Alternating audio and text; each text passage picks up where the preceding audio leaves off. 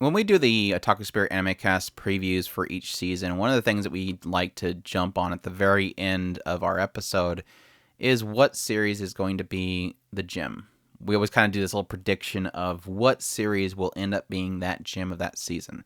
That one series that even within our circles of communication, we don't see much talk about. We've never seen it before, never seen any promos of it before. But there's something in the synopsis or something in the PV or something in the people working on it that may make it that gem that nobody's seen coming, that thing that surprised them each season. And this particular series is one of those ones that could possibly be that. That is Sleeping Princess in the Demon Castle. And this is a series that was airing in the fall 2020 season, and it's a series that I want to do a quick review of for you guys. So yeah, like I said before, it is a series that definitely caught me off guard. I guess when I first seen the series in the promos and stuff, my immediate thought went to As Beelzebub Deems. I think that was the series it was called. Correction, As Miss Beelzebub Likes. It was a series that aired quite a while back that just didn't really work for me at the time. I really wasn't looking for it. The comedy was fine. It just felt like it stuck way too much on Beelzebub sleeping. And I wasn't really looking forward to that. So when I seen another series that had, okay, demon, even though it's the princess, it had a character that likes to sleep. There's the cover art shows her sleeping. I'm like, oh, this is going to be a series about a girl just sleeping. And not to say it's a bad thing. I think in a lot of cases, stuff like that can be often relaxing and yashike, as they call it, or relaxing and healing. But it's something that I'm not always looking forward to. Like I'm looking for some kind of substance that is not giving me. And so, of course, when I went into the series, I'm thinking, okay, that's going to be this. I'm not going to get any much out of this series. Let's see, though. I'm going to jump into it. I'm not caring much for the art style, the character designs, but let's test it out. And what I was kind of greeted with was just straight up hilarity. For those that don't know, this is a series that follows a girl that is a princess. She is kidnapped by the demon lord, taken back to his castle, where she stays in her cell. She's supposed to stay in her cell until the hero comes and rescues him. And it's kind of this concept of the demon lord himself actually wants the hero to come rescue her. It is this kind of, I guess, sequence that he created that it must be completed. Like, I'm going to capture the princess, take her back to my castle, lock her up. The hero will come to try to save her, and I will beat the hero. He wants this cycle to actually happen. And it doesn't really... Yes, you do get little, clips of, oh, here's the hero. He's trying to get to the castle again, and the demon lord sit there going, we have to put down a post so that he knows which direction to go. His sense of direction sucks. But most of the time, the actual story follows the princess supposed to be in this prison cell, constantly breaking out so that she can find materials and the things that she needs in order to make her sleep 100% comfortable. She's from a castle, very well pampered, most comfortable sheets and pillows and everything that she needs to have fantastic sleep. And so that's all she wants, is to have a good sleep while she's waiting. Granted, she technically doesn't want the hero to save her, because we see later that she's not too fond of the hero, which doesn't make any sense. He doesn't seem like a bad guy. But the idea is every episode, or not every episode, but there's about 3 or so segments in each episode where she will have a quest. This narrator comes over and says, okay, quest has started. She's going to go find material for a pillow. And then she goes out and does that, and then she comes back and it says quest complete. And it's not so much the concept of the princess, actually what she does.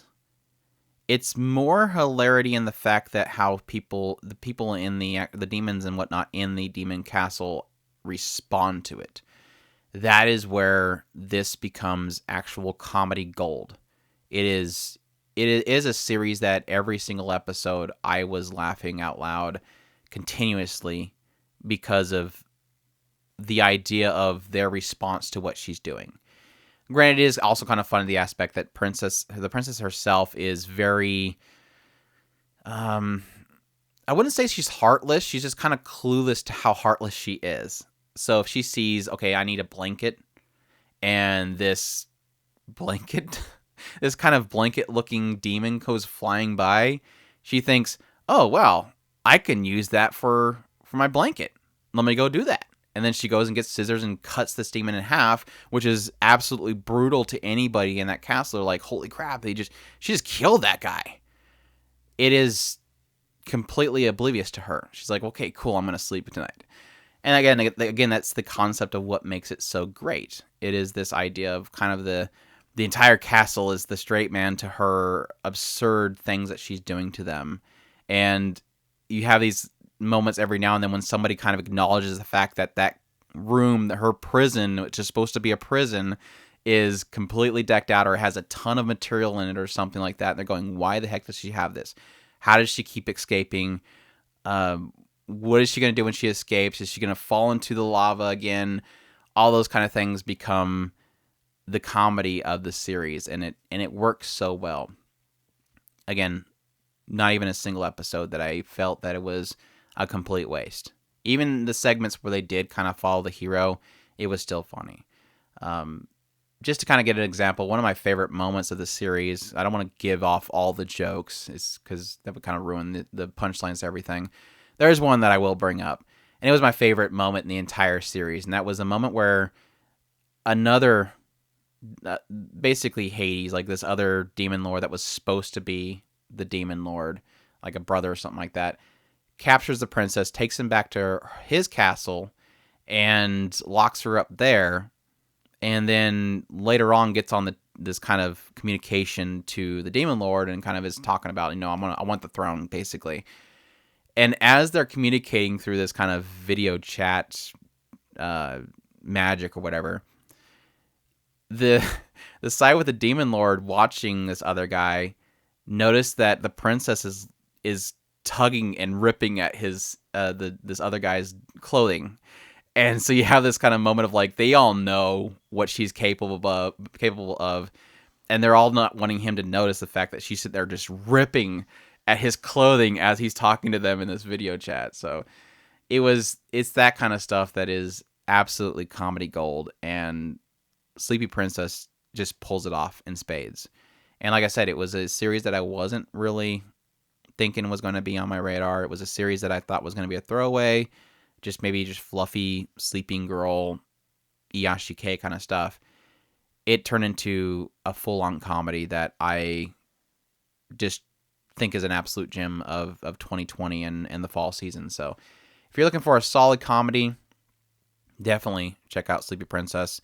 Give it a few episodes. I know that typically with comedies, it's different for everybody. Some people find certain comedy funny and some people don't. So just give it a couple episodes and see if the formula that it presents to you pretty quickly is a formula that just, hits the mark for you. And I think if you're going to laugh within the first few episodes, you're going to laugh at the entire series, because it just keeps, it is a formula that you think could get old at some point, but it just never does. So definitely check it out if any of this sounds interesting to you. And I hope you guys enjoy this quick review of Sleepy Princess and the Demon Castle. And I thank you all for watching, and y'all take care.